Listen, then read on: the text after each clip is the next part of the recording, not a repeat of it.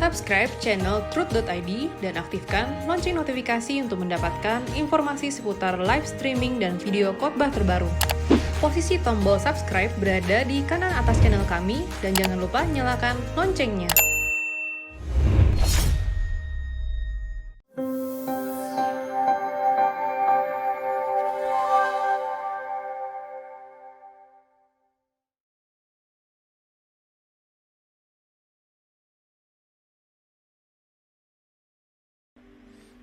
Saudaraku, subtema atau bab yang kita akan pelajari pada kesempatan ini, pada sesi ini adalah apakah ada sakit di kerajaan surga atau di langit baru, bumi baru nanti. Namun sebelum bicara mengenai hal ini, saudaraku, saya mau kembali mengingatkan kepada saudara pengertian masalah. Ya. Masalah itu bisa dilihat dari dua perspektif. Jadi masalah itu bisa dilihat dari dua perspektif, saudaraku. Ya.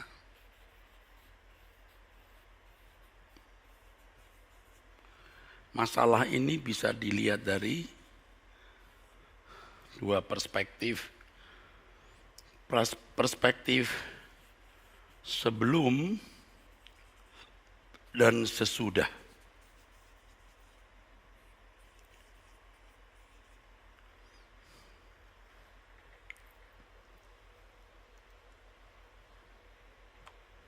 Saudaraku, memang sebelum manusia jatuh dalam dosa, Tuhan sudah membuat masalah.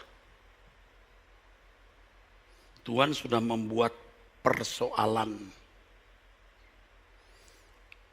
yaitu tanggung jawab yang harus dipenuhi oleh manusia. Mengelola alam semesta, menaklukkan bumi ini. Jadi sebenarnya bicara mengenai masalah, itu pengertian umumnya adalah keadaan yang belum diselesaikan. Ya, ini sinonimnya problem. Ya. Di dalam bahasa Inggris, problem. Dan juga sering dipahami sebagai persoalan. Persoalan artinya pertanyaan atau kebutuhan yang harus dijawab. Jadi manusia harus memenuhi kebutuhannya dengan bekerja.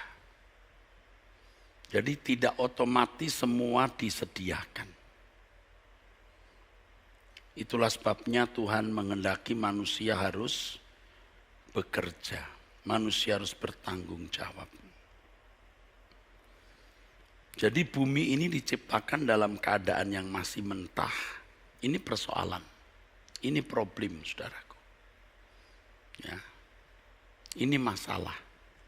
Tetapi masalah ini, jika ditinjau dari perspektif sebelum jatuh dalam dosa, ini adalah ruangan dan kesempatan manusia mengembangkan diri dan menikmati kodratnya sebagai pekerja.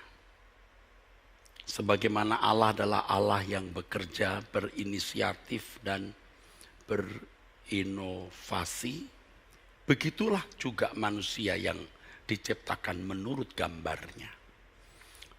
Justru masalah ini memberi kesempatan manusia menyelenggarakan hidup sesuai dengan kodratnya. Kalau tidak ada masalah, manusia tidak menjadi manusia. Ya. Jadi jangan dibayangkan bahwa Firdaus itu tempat manusia tanpa kerja makan. Memang pada waktu di Firdaus bumi belum terhukum atau belum terlaknat. Belum menumbuhkan onak dan duri. Sehingga manusia bekerja tidak bersusah payah seperti sesudah jatuh dalam dosa. Kejatuhan manusia ke dalam dosa, maka masalah yang dihadapi manusia itu adalah hal-hal yang menyakitkan karena manusia karakternya rusak. Ya. Karakternya rusak. Yang kedua, manusia saling melukai dengan ambisi serakah, egois. Ya. Manusia mau memperoleh sesuatu tanpa kerja keras, malas dan seterusnya. Ya. Ini karakter. Lalu di sini adanya permusuhan atau tiada kasih.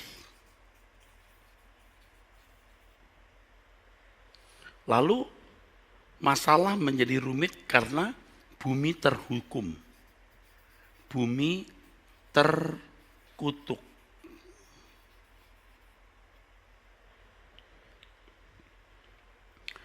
Jadi memang kita melek mata hidup di dunia ini mendengar kata masalah ini sudah negatif. Sebab manusia sudah jatuh dalam dosa, manusia juga tidak tahu maksud tujuan dirinya diciptakan, manusia juga tidak tahu rancangan Allah yang agung, saudara.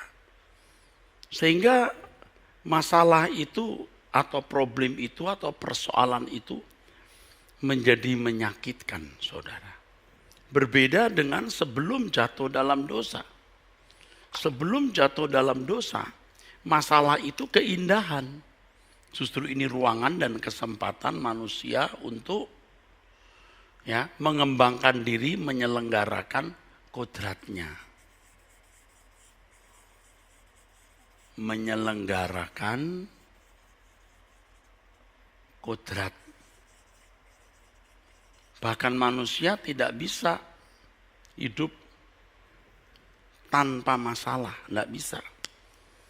Manusia memang didesain dengan masalah.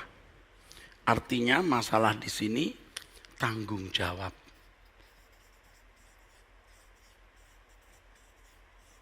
Manusia harus mengelola bumi ini untuk nafkahnya, untuk hidupnya, untuk makannya. Jadi saudara jangan berasumsi negatif terhadap kata masalah. Ya, selalu ada masalah. Surga juga ada masalah nanti. Karena Tuhan akan mempercayakan langit baru dan bumi baru. Kita akan memerintah. Itu masalah. Tapi masalah tidak seperti sesudah manusia jatuh dalam dosa. Kita bisa mengembangkan diri, menyelenggarakan kodrat kita sebagai manusia yang bekerja dan dalam pengabdian kepada Tuhan. Jangan membayangkan surga seperti dunia khayangan di mana manusia bisa hidup tanpa bekerja dan semua serba terpenuhi seperti dunia dongeng. Ya. Ingat mendengar kata surga juga asumsi saudara, persepsi saudara jangan seperti kayangan ya. Surga itu samayim, tempat yang besar atau di sana ada air, pengertian etimologinya ya saudara. Jadi surga itu ya langit baru, bumi baru. Jadi langit dan bumi yang berstandar Firdaus. Ini surga. Firdaus di sini artinya taman, garden, tempat yang nyaman ya. Jadi kalau saudara mendengar kata surga,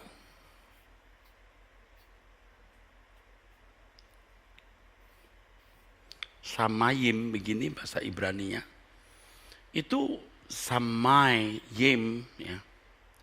tempat yang luas, tempat yang besar, atau juga berarti di sana ada air. Artinya di sana ada kehidupan.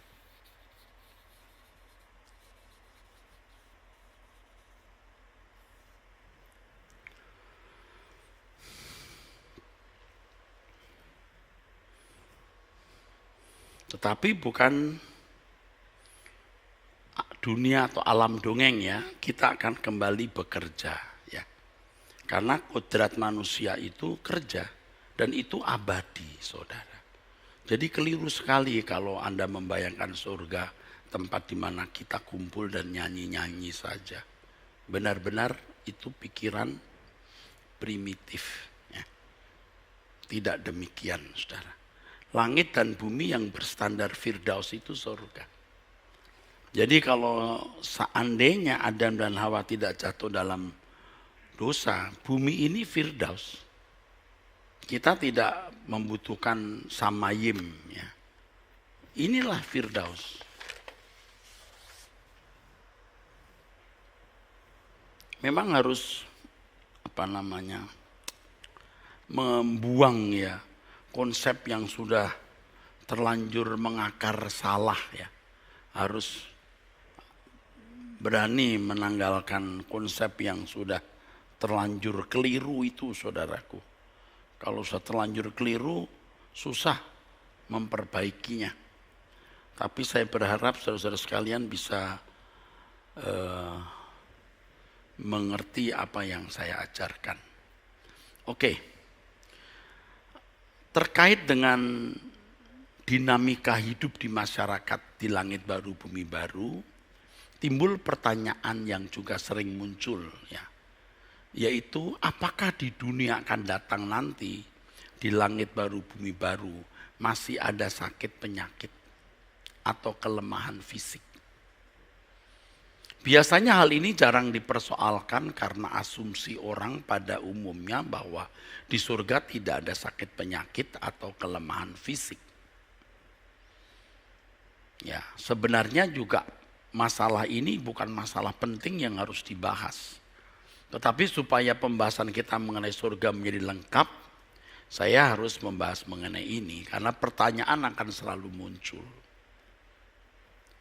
Kenapa? Berhubung ada ayat di dalam firman Tuhan, Wahyu pasal 22, ayat 1 sampai 3. Ya. Berhubung ada ini saudaraku. Berhubung ada ayat yang mengatakan begini. Lalu ia menunjukkan kepadaku sungai air kehidupan yang jernih bagaikan kristal dan mengalir keluar dari tahta Allah dan tahta anak domba. Ini pasti bukan di bumi, ini pasti di surga, saudaraku. Ya, pasti di surga.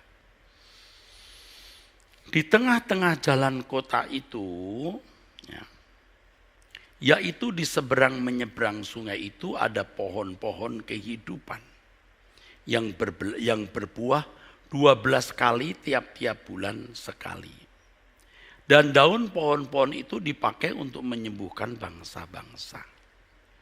Maka tidak akan ada lagi laknat. Ya. Tidak akan ada lagi laknat. Ya. Tahta Allah dan tahta anak domba akan ada di dalamnya. Dan hamba-hambanya akan beribadah kepadanya. Bagaimanapun kalau Alkitab mencatat adanya kesembuhan atau penyembuhan dari daun pohon-pohon kehidupan, maka pasti ada sesuatu di balik pernyataan tersebut. Harus diakui saudaraku sekalian, ya, bahwa menemukan jawaban yang memuaskan atas pertanyaan ini sulit. Apakah ada sakit penyakit di surga? Sulit saudaraku. Ya, sulit sekali. Tetapi ternyata ada jawaban di dalam Alkitab itu, ada jawaban ya. Ada jawaban. Oleh sebab itu saya harap penjelasan saya ini saudara pertimbangkan. Sebab ini saya landaskan pada ayat Alkitab tentunya. Ya. Paling tidak melalui penjelasan saya ini saudara mendapat pertimbangan yang alkitabiah berkenaan dengan masalah apakah ada sakit penyakit di surga. Diharapkan pula jawaban atas pertanyaan ini bisa memberkati, yaitu menumbuhkan kerinduan terhadap kerajaan surga. Pasti ada implikasinya. Kalau tidak ada implikasinya ya percuma saya bicara, saudaraku. Ya, memang jawaban terhadap pertanyaan ini tidak terlalu berdampak besar dalam kehidupan orang percaya tertentu atau orang percaya pada umumnya. Namun demikian pemahaman mengenai hal ini akan tetap memiliki implikasi yang bisa memberkati orang percaya. Dan ini tidak bisa diremehkan. Kebenaran dalam pembahasan ini bisa menjadi penghiburan bagi orang-orang yang menderita fisik. Seperti pada abad mula-mula ketika kekristenan baru mulai lahir, mereka mengalami aniaya fisik yang sangat hebat. Jadi ketika kitab Wahyu mencatat adanya daun dari pohon-pohon kehidupan yang menyembuhkan sakit, itu menjadi penghiburan. Bagi kita mungkin tidak terlalu penting, apalagi bagi yang sehat. Tapi kalau bagi yang sakit, harus diingat bahwa kitab Wahyu ditulis pada abad mula-mula di tengah aniaya hebat oleh kekuatan kekaisaran Roma ya, terhadap orang Kristen. Kitab Wahyu ditulis untuk memberi penghiburan kepada orang percaya pada zaman itu di tengah-tengah penderitaan fisik mereka, saudaraku. Tuhan menjanjikan adanya langit baru dan bumi yang baru di mana tidak ada penderitaan seperti yang mereka alami di bumi. Seandainya ada semacam sakit atau kelemahan fisik yang bisa dialami oleh orang di dunia yang akan datang, ada kepastian jaminan kesembuhan. Seandainya ada penyakit, ada jaminan kesembuhan. Ya. Bukan seperti hari ini, ya, COVID-19. Ya, ini sudah lebih dari 6 bulan ya, atau ya, kan mula-mulanya tahun 2019 akhir, saudara. Ini sudah bisa lebih dari 6 bulan. Vaksinnya juga belum ditemukan. Dan ada banyak penyakit yang juga belum ditemukan obatnya atau vaksinnya. Pada umumnya semua orang berpandangan bahwa di surga tidak ada sakit atau kelemahan fisik. Dan hal itu dianggap sebagai harga mati dan sudah final.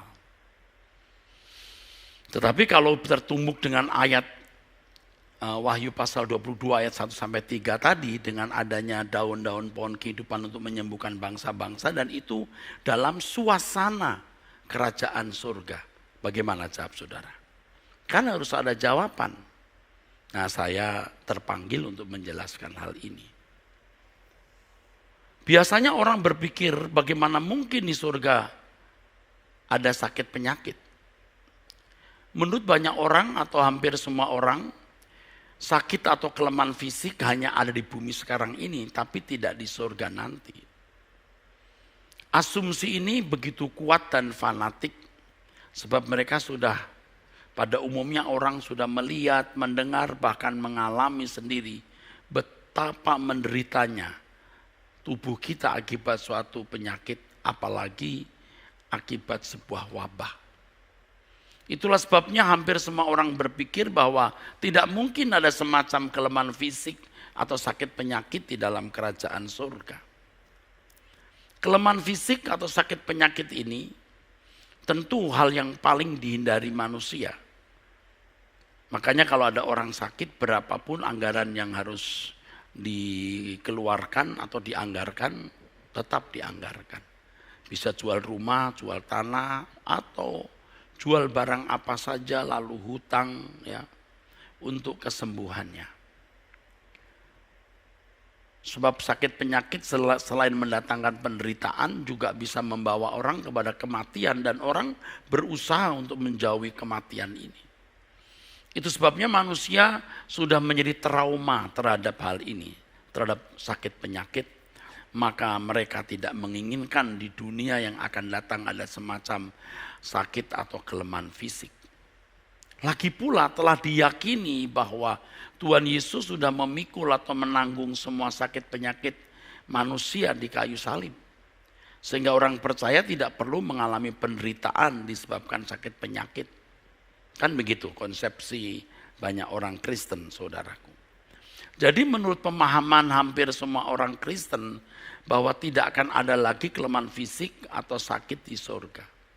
Tetapi sekali lagi faktanya di dalam Wahyu 22 ayat 1 sampai 2 jelas ada penyembuhan di dunia akan datang. Kalau ada penyembuhan berarti ada kelemahan fisik atau sakit. Sudah jelas. Saudara jangan berkata, pokoknya enggak ada, pokoknya enggak ada. Loh jangan pokoknya, Alkitab mengatakan begitu kok. Nah sekarang saya jelaskan ya. Saya berharap penjelasan saya tidak membingungkan, maka saya agak pelan-pelan ya saudara. Memang sebaiknya saudara mengikuti penjelasan saya dari part 1 dari ya, episode 1 atau dari pertemuan pertama sampai pertemuan ke-8. Ini pertemuan ke-9 ya, ke-8. Satu pertemuan bisa 2 kali. Kemarin hari Sabtu 3 kali. Jadi betapa rumitnya, betapa kompleksnya pembahasan mengenai surga ini. Jadi tolong ya jangan potong khotbah saya. Ya. Ikuti dari episode atau sesi pertama sampai sesi yang ke-8. Ini sesi ke-9. Satu sesi bisa 2 kali, 2 sesi. Maksud saya 1 kali pertemuan bisa 2 sesi, bisa 3 sesi. Ikuti pertemuan pertama sampai 8. Nah kembali tadi Wahyu 22 ayat 1 sampai 2 mengungkapkan bahwa di surga nanti ada penyembuhan. Ini berarti di surga ada kelemahan fisik atau sakit yang harus disembuhkan atau harus dipulihkan. Dalam bahasa Yunani ada 2 kata yang diterjemahkan sebagai penyembuhan. Yang pertama terapeuo. Terapeuo. Terapeuo. Terapeuo.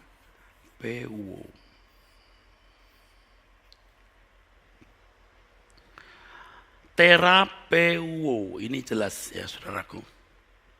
Terapeuo. Terapeuo.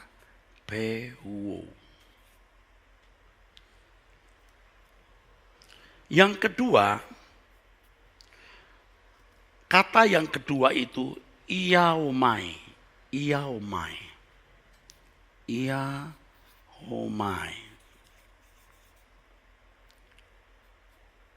Ya. Iaomai.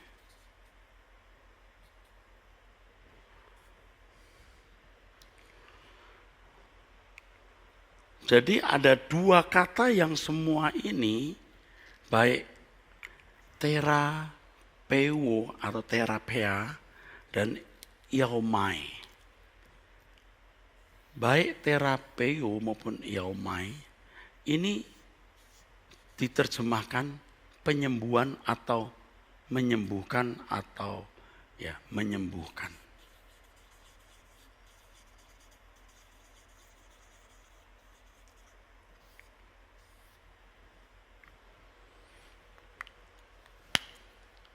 Dua kata itu memang tidak memiliki perbedaan secara mutlak. Kalau ada perbedaan bisa relatif. Tetapi kalau kita memperhatikan ayat per ayat, dan ini yang membuat saya lelah, memperhatikan setiap ayat yang ada kata terapeuo, dan kata yang ada ayat yang memuat kata iaomai. Jadi perlu waktu berjam-jam, saudara. Hanya untuk menemukan perbedaan dua kata ini. Berjam-jam. Ini serius.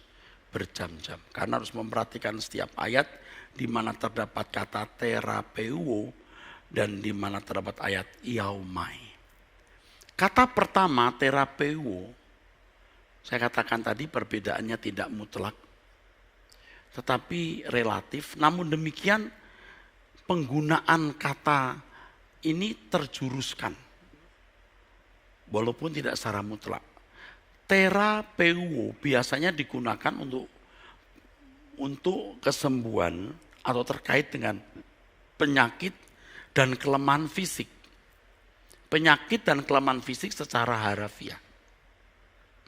Dalam bahasa Yunani ada kata asthenia, malakia, nosos, nosema. Kata-kata ini biasanya menunjuk kepada sakit penyakit secara fisik.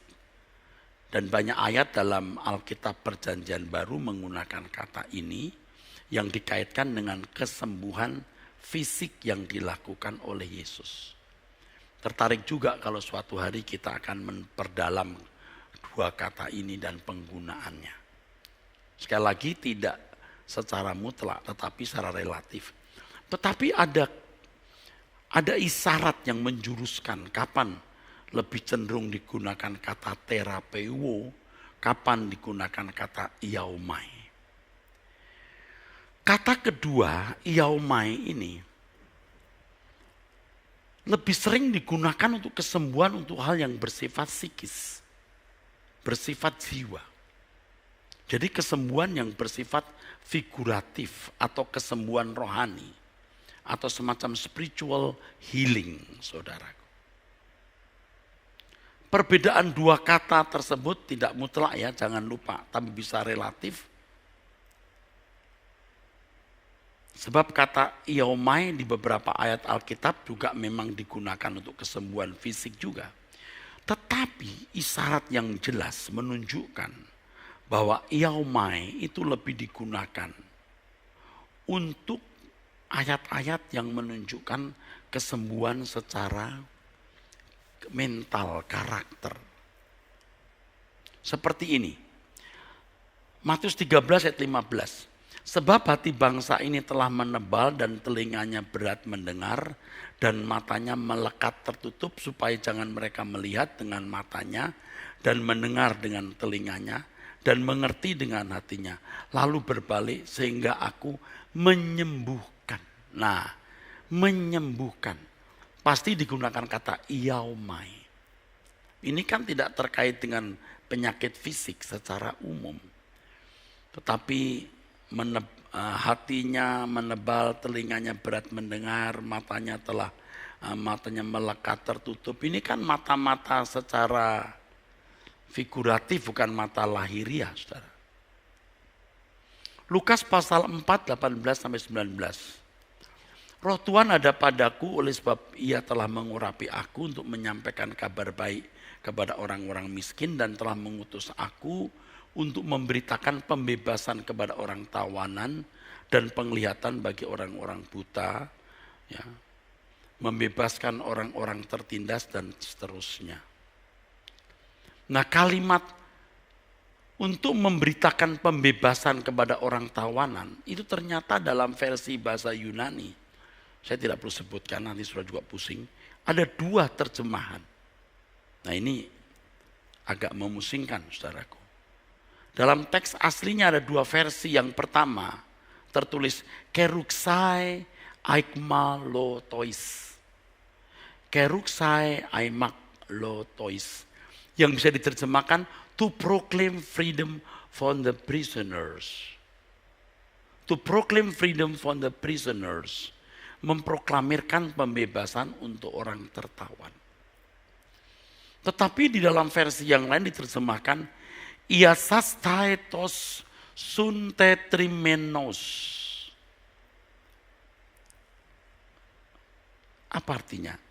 Iasastaetos suntetrimenos. To heal the broken hearted. menyembuhkan orang yang patah hati. Nah, kata menyembuhkan di sini, iomai.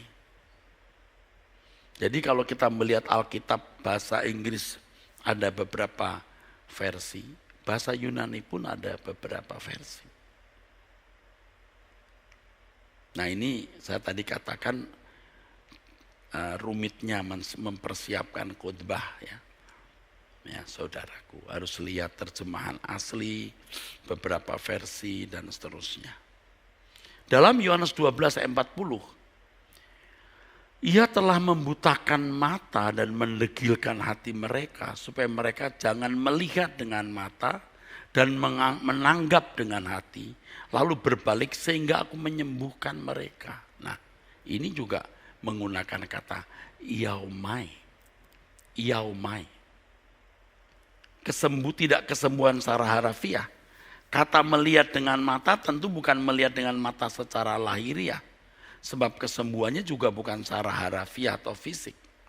Menunjuk kepada keadaan manusia batiniah. Kisah Rasul 28 ayat 27. Sebab hati bangsa itu telah menebal dan telinganya berat mendengar dan seterusnya. Maka aku akan menyembuhkan mereka. Yaumai. Nah yang menarik saudara, ini yang menarik. 1 Petrus 2 ayat 24. Nah ini menarik sekali.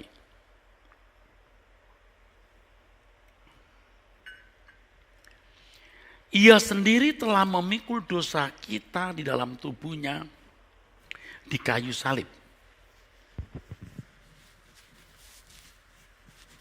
Supaya kita yang telah mati terhadap dosa hidup untuk kebenaran. Oleh bilur-bilurnya kamu telah sembuh. Nah ini ayat sudah berpuluh tahun, mungkin juga ratusan tahun. Digunakan kelompok tertentu untuk dikaitkan dengan kesembuhan jasmani. Dulu juga saya pikir begitu. Tapi ternyata ayat ini tidak menggunakan kata terapeuo, tetapi menggunakan kata iaumai. Ini. Menggunakan kata ini saudaraku. Ternyata iaumai.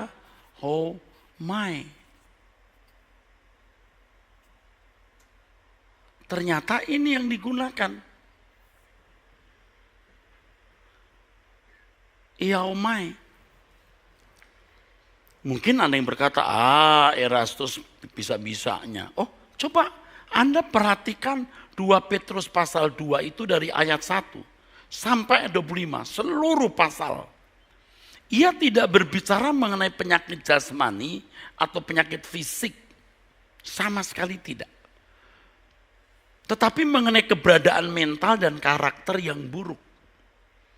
Ada kata segala kejahatan, segala tipu muslihat, segala macam kemunafikan, kedengkian, fitnah, tidak mau mengerti kebaikan Tuhan, hidup dalam kegelapan, hidup dalam keinginan-keinginan daging yang berjuang melawan jiwa, cara hidup yang tidak baik, tidak tunduk kepada pimpinan di atas, tidak hidup sebagai orang merdeka, berarti hidup dalam perhambaan dan sesat seperti domba. Semua bicara mengenai keadaan mental. Jadi sebenarnya kalimat bilur-bilurnya menyembuhkan. Kalau dilihat dari teks itu tidak tepat dikenakan untuk sakit jasmani. Nah, saya bisa dimusuhi seluruh orang, banyak orang maksudnya. Pasti saudara yang mengerti firman ini tidak memusuhi saya ya. Jangan nanti orang mendengar sepotong lalu berkata, ya udah sesat memang Erastus. Mosok bilur-bilurnya menyembuhkan, itu berarti tidak menyembuhkan fisik kita. Ya kalau dilihat dari konteksnya memang tidak terkait dengan fisik itu. Itu tidak terkait dengan fisik, itu memang hanya terkait dengan mental, karakter, watak. Manusia batinia ini iaumai. Nih. Terapeia atau terapeuo itu biasanya lebih ya diarahkan untuk penyakit fisik, sedangkan iaumai itu diarahkan untuk penyakit mental atau penyakit karakter, saudara. Nah, pertanyaannya, Wahyu 22 ayat 1 sampai 2 itu apa? Saudara, setelah saya bicara panjang lebar tadi, Wahyu pasal 22 ayat 1 sampai 1 dan 2 itu menggunakan terapeu atau iaumai. Ya. Tadi saya sudah menunjukkan bahwa terapeu ini ya menunjuk kepada penyakit fisik ya.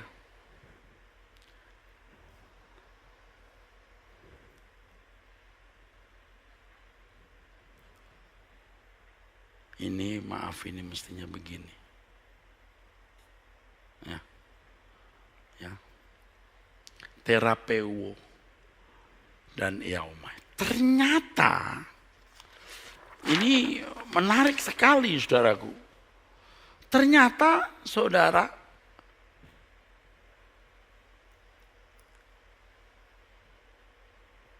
digunakan kata terapeu, bukan iaumai.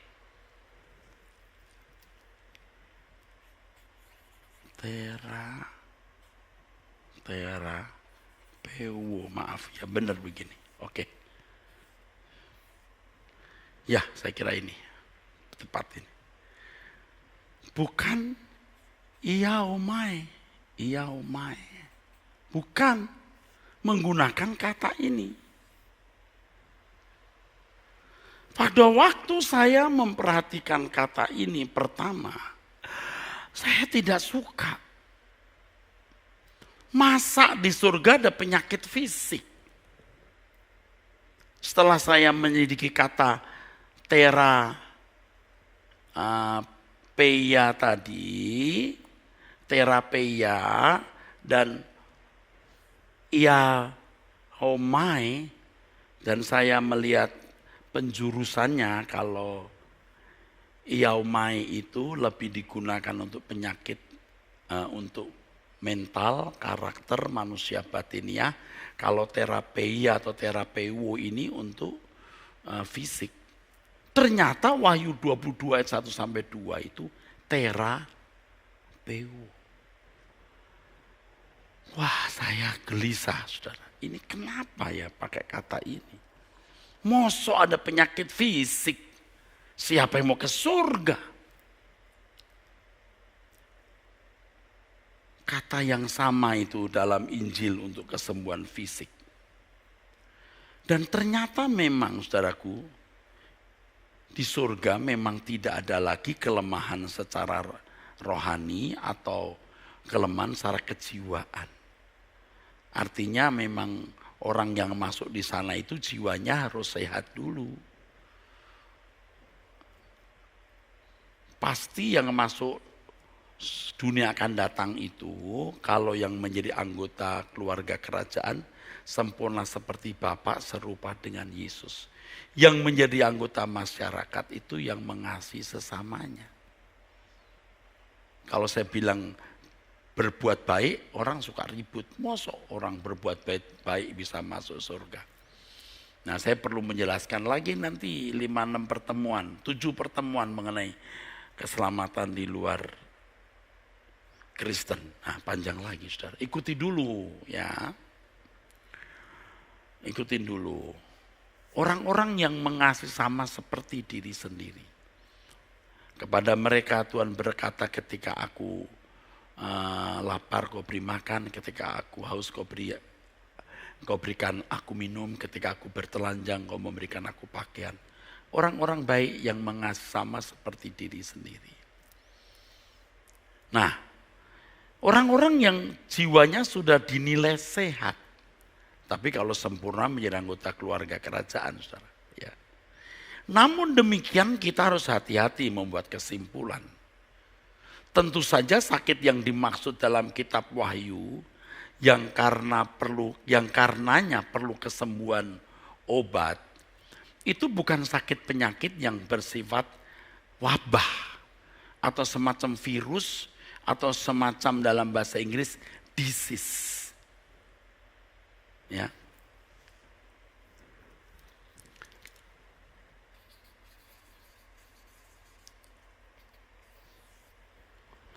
Bukan semacam disease.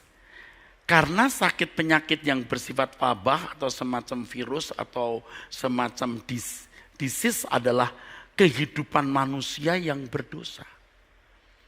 Anda pasti pernah membaca Alkitab dan berulang-ulang. Dalam Injil sering dikemukakan bahwa sakit penyakit itu disebabkan kuasa kegelapan atau iblis atau roh-roh jahat. Lukas 6 ayat 18, Lukas 8 ayat 2 dan lain-lain. Ya. Nah ini boleh aku menyimpang dulu soal sakit ya saudara. Kita sering menemukan Yesus itu menghardik setan lalu orang itu sembuh. Dan tentu saya periksa lagi tuh ayat-ayat di mana ada kata kesembuhan, Yesus menghardik penyakit, menghardik roh-roh jahat ya. Jadi memang ada orang yang sakit karena roh-roh jahat. Ya, sehingga kalau roh jahatnya diusir pasti langsung sembuh ya. Jadi ada orang yang sakit karena saya menggunakan kata kerasukan ya. Kerasukan secara fisik ya saudara. Ini begitu diusir dalam nama Yesus langsung sembuh. Tetapi ada yang kerasukan secara mental atau pikiran. Ini kalau diusir belum tentu sembuh, belum tentu bisa. Kalau secara mental orang yang ceroboh, hidup, mabok, makan minum sembarangan, mabok sehingga rusak fisiknya. Anda usir setannya, enggak bisa. Ini karena berangkat dari mental dan tidak bertanggung jawab. Yang kamu tabur, kamu tuai. Nah banyak orang pikir pokoknya sakit, setannya diusir sembuh. Tidak selalu begitu, tidak selalu begitu. Ya, saya katakan bukan pasti tidak bisa, tidak selalu begitu. Nah ketika Yesus mengadakan mujizat, jelas Yesus harus mengadakan mujizat untuk membuktikan atau menunjukkan bahwa dirinya itu saudaraku adalah anak Allah. Supaya orang mendengar apa yang diajarkan. Itulah sebabnya Nikodemus bisa berkata, jika bukan dari Allah, Tuhan tidak bisa berbuat seperti ini. Nah maksudnya apa?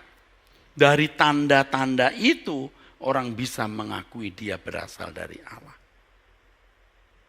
Nah, saudara jangan ikut-ikutan hari ini asal orang sakit kita usir sembuh. Kalau orang Kristen yang dewasa, dia sakit karena ceroboh hidup ya, sebaiknya dia malu minta kesembuhan. Yang dia lakukan mestinya adalah merubah pola makan, pola hidup ke dokter, ya.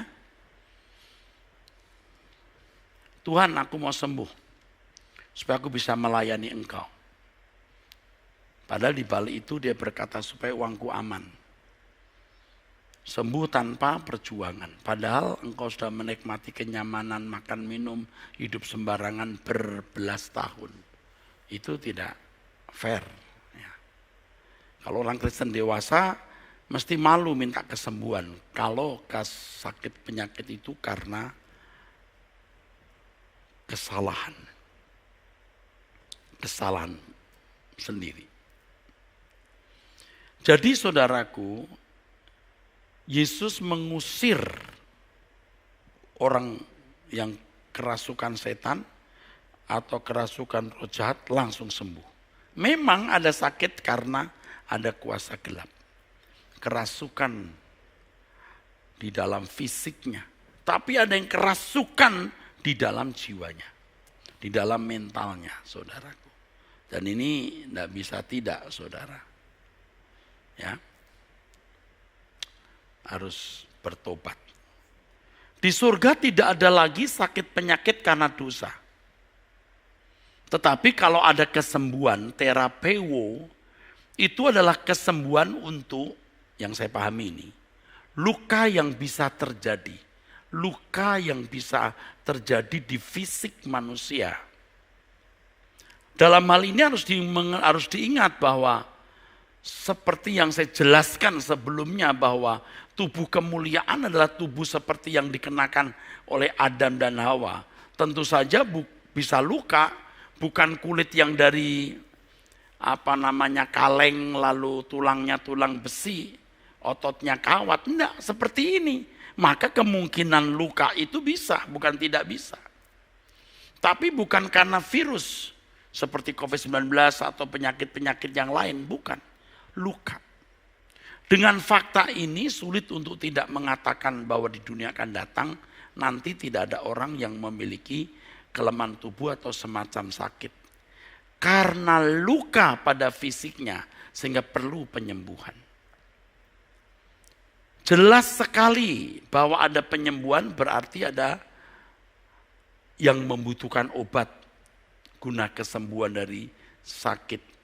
Dan yang saya pahami tentu dari pergumulan hidup saya, ini sakit fisik, luka.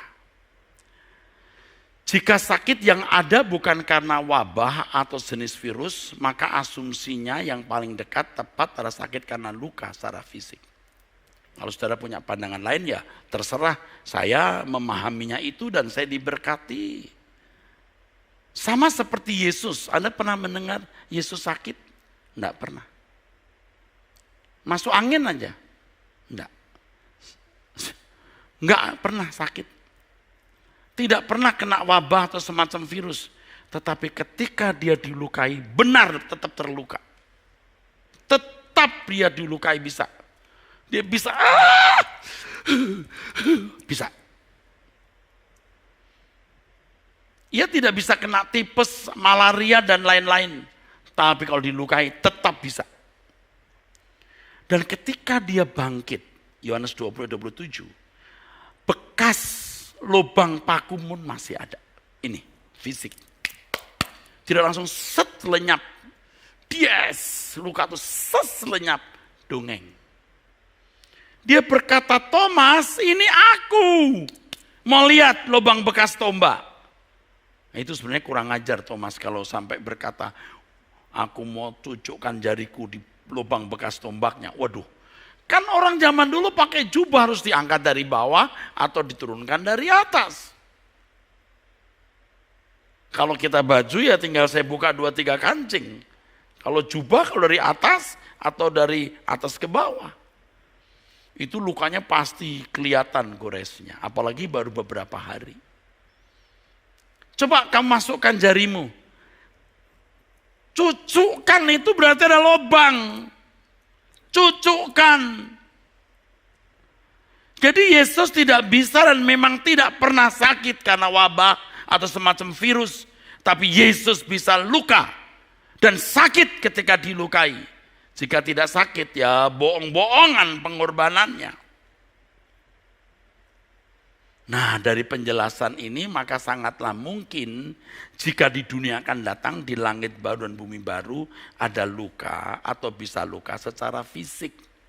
Dan itu tidak perlu dipersoalkan karena ada obat, ada terapinya, daun pohon kehidupan.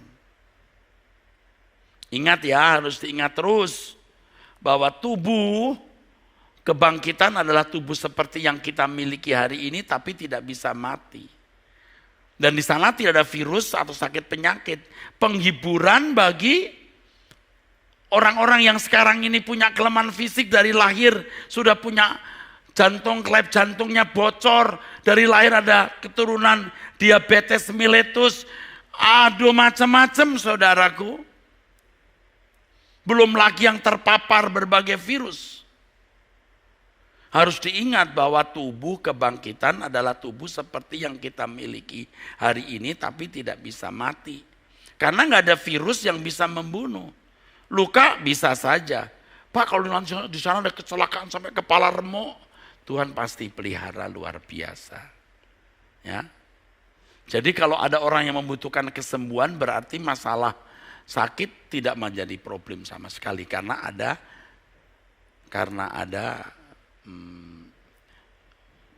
penyelesaiannya, solusinya, ada vaksinnya. Lalu saya tambahkan bahwa ternyata yang daun pohon kehidupan itu untuk kesembuhan bangsa-bangsa. Etnos. Nah, lebih menarik lagi nanti di pembahasan berikut. Pohon kehidupan itu maksudnya apa ya Pak? Sama tidak dengan pohon kehidupan yang di Taman Eden. Nah, kita lanjutkan di sesi yang berikutnya. Oke, kita istirahat dulu beberapa menit. Tuhan berkati.